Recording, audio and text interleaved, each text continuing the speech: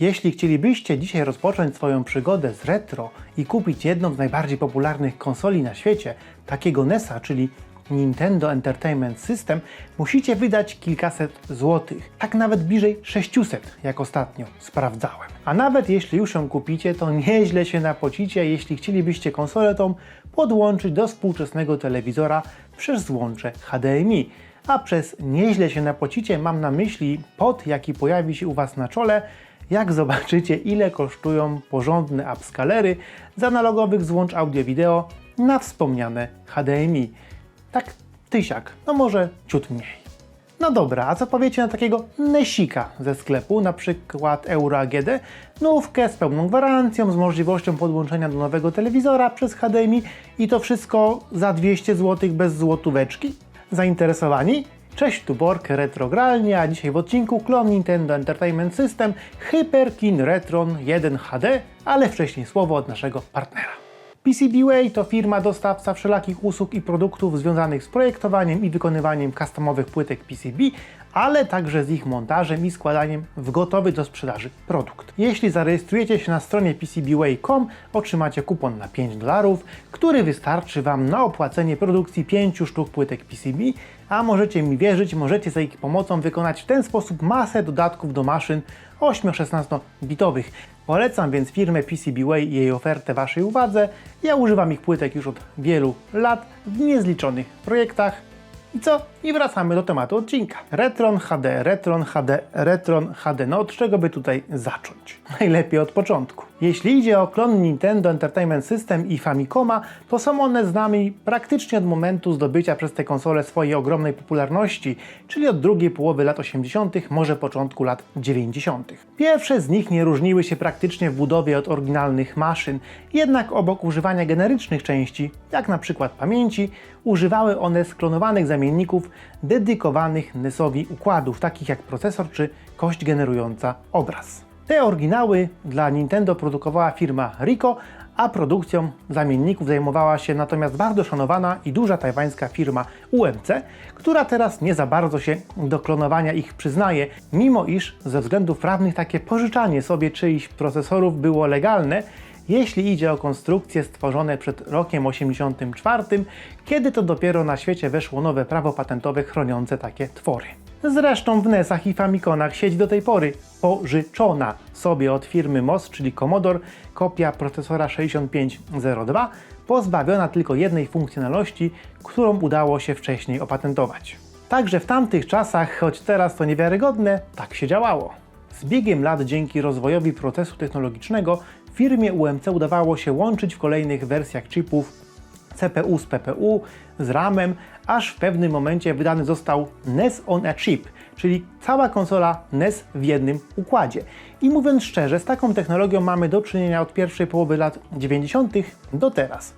Zresztą pewnie każdy z Was zna Pegasusa, który jest synonimem, czy raczej popularną nazwą u nas w Polsce wszystkich klonów Famicona i NES-a on a Chip, choć pierwsze z nich posiadały jeszcze osobne układy. Natomiast od jakiejś dekady pojawiła się nowa moda, znaczy nowe technologie i klony oparte o emulację sprzętową na układach FPGA oraz programową działającą zazwyczaj na procesorach ARM. Ta pierwsza jest niezwykle wysoko kompatybilna z oryginałami, ale też niezwykle droga. Ta druga jest natomiast połączeniem ekonomiczności z ogromnymi możliwościami dodawania do konsol różnych bajerów. Przechodząc dalej do Retrona, firma Hyperkin istnieje już na rynku chyba dekadę. Swoją pierwszą konsolę wydała w roku 2010. Był nim Retron 3, połączenie NES-a, SNES-a i Segi Mega Drive, stąd trójka, w którym to w środku siedziały 3 systemy oparte o technologie jednochipowe, no praktycznie jednochipowe. Notabene bardzo podobną konsolę RetroBit Super Retro Trio Plus zrecenzowałem rok temu wraz z jej rozkręceniem, warto sobie to zobaczyć.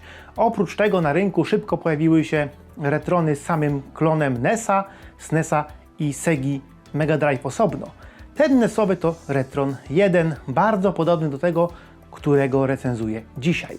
I choć firma już w roku 2014 wydała konsolę retro nowej generacji, Retrona 5, emulującego NES-a, SNES-a, Game Boya, Game Boy Advance'a i Sega Mega Drive, to ważne, emulująca konsolę, a nie klonująca konsolę, to o swoich prostszych i tańszych sprzętowych klonach nie zapomniała i z biegiem lat wydawała ich nowe edycje, wyposażone później także w złącze HD, obok analogowych złączy audio-wideo. Retron 1 HD to najnowsza wersja klona NES-a. Co prawda jej pierwsza wersja z HD pojawiła się już w roku 2017, ale z tego co kojarzę, ten numerek 1 w logo na obudowie pojawił się chyba w ostatnich może 12 miesiącach. Nie żeby to w jakiś sposób zmieniło konsolę, bo tutaj raczej przez ostatnie 6, nawet może 12 lat zmian nie ma, ale chcę Wam pokazać, że ta konsola jest po prostu cały czas produkowana w kolejnych edycjach, nawet jeśli idzie o kosmetykę. Jeśli tego nie podkreśliłem wcześniej dość mocno, ta konsola to praktycznie ta sama konsola, co wydany w 2011 roku Retron 1 NES on a Chip, tylko z dołożonym wyjściem HD. Ja ją sobie kupiłem w sklepie Euro RTV AGD za 199 zł, bo zauważyłem, że ostatnio pojawiła się w nim szeroka gama konsoli Hyperkina. Przy okazji zakupiłem ją z Waszego wsparcia, do którego bardzo zachęcam. Możecie nas wspierać, czy to na samym YouTubie, czy to na Patronite. Dzięki takiemu wsparciu możemy kupować takie rzeczy jak na przykład konsole do recenzji, bo takowych niestety jakoś do recenzji nie dostajemy, choć przyznam się, że się o to staramy. Konsolę otrzymujemy w ładnym pudełku, na którym mamy, co jest oczywiste, jej zdjęcie. Z tego co widziałem, najnowsza edycja występuje w kolorach białym i czarnym. Ja wybrałem białą. Kiedyś to pudełko było ścięte na jednym z rogów, tak by odzwierciedlać design samej konsoli, ale widzę, że tego już ozdobnika się pozbyto, pewnie ze względu na koszty. W środku znajdziemy konsolę, jeden pad, no szkoda, że tylko jeden, kabel HDMI, kabel analogowy AV oraz kabel zasilający USB Micro. Zasilacza nie znajdziemy, ale to akurat norma w dzisiejszych czasach. Rozpakowałem to wszystko i muszę powiedzieć, że od razu mały ząg, którego pewnie mało kto zauważy. Otóż kontroler do konsoli ma kabel o długości 1,5 metra, choć według opisu ma mieć długość 3 metrów. Poszukałem w sieci i rzeczywiście wersje 1,5 metrowe istnieją, ale powinny być dołączane do Retrona 1 bez HD. Tak, taką wersję też niedawno Hyperkin wydał.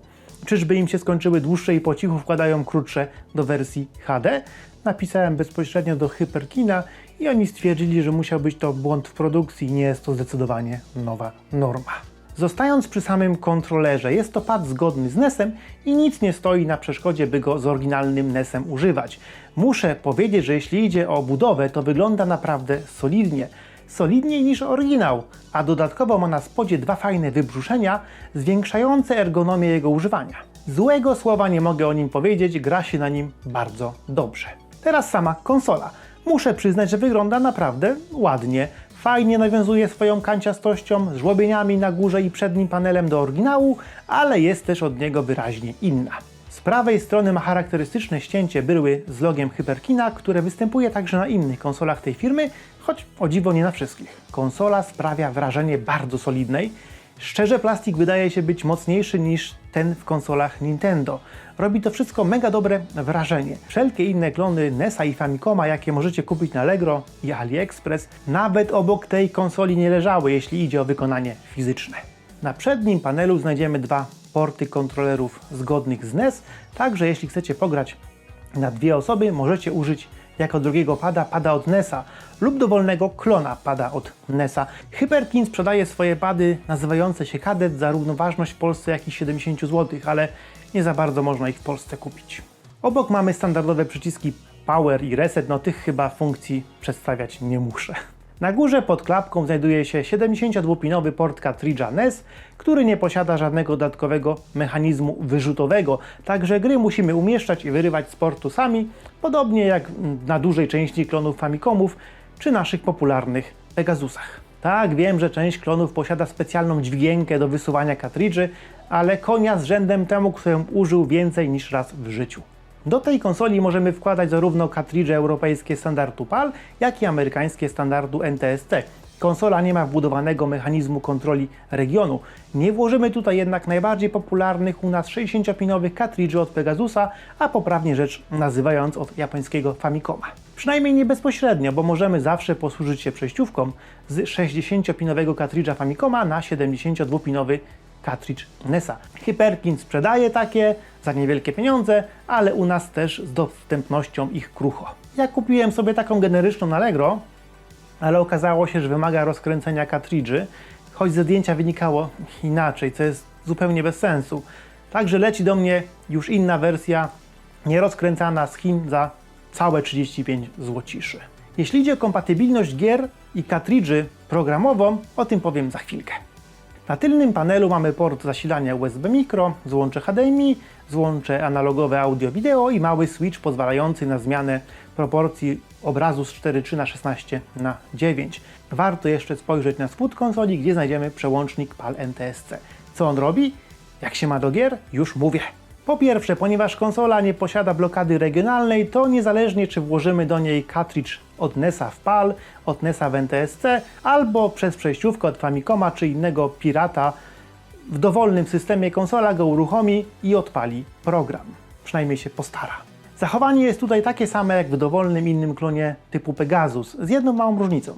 Jeśli mamy przełącznik ustawiony na PAL, to fundujemy sobie dokładnie taką samą zabawę jak na Pegasusie. Gry w systemie PAL chodzą z dobrą prędkością, a w systemie NTSC chodzą spowolnione. O zjawisku tym i o tym, jak we wiele gier za młodu graliśmy w spowolnieniu, opowiadam w innym filmie, warto go obejrzeć. Przełączenie się na NTSC zmienia dwie rzeczy. Po pierwsze, konsola zaczyna nadawać sygnał NTSC i o ile dla HDMI nie ma to znaczenia, to część odbiorników analogowych, czyli starych CRT, może nie mieć wbudowanej obsługi NTSC, co spowoduje pojawienie się lekkich zakłóceń i utratę koloru.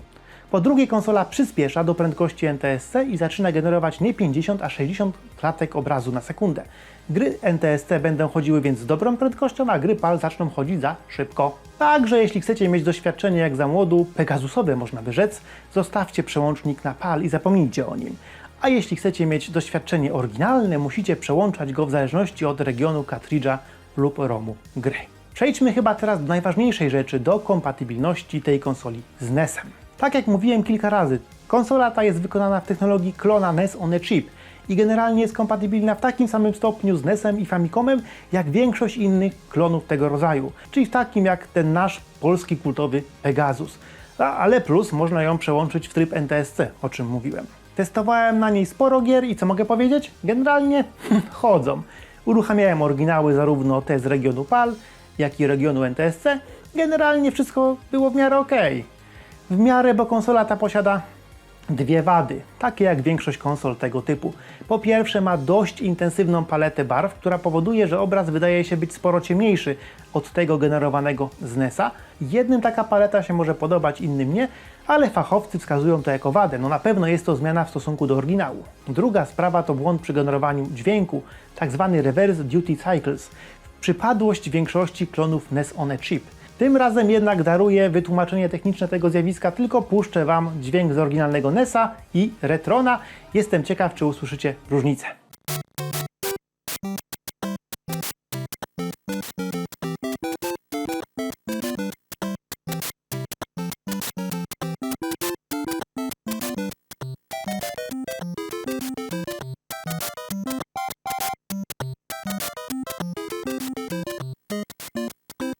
Zabawne jest to, że dla sporo osób wychowanych na Pegasusie dźwięk z przekłamaniami może być tym brzmiącym prawidłowo. Ja jestem chyba totalnie głuchy, bo różnicę słyszę, ale nie wiem jaką.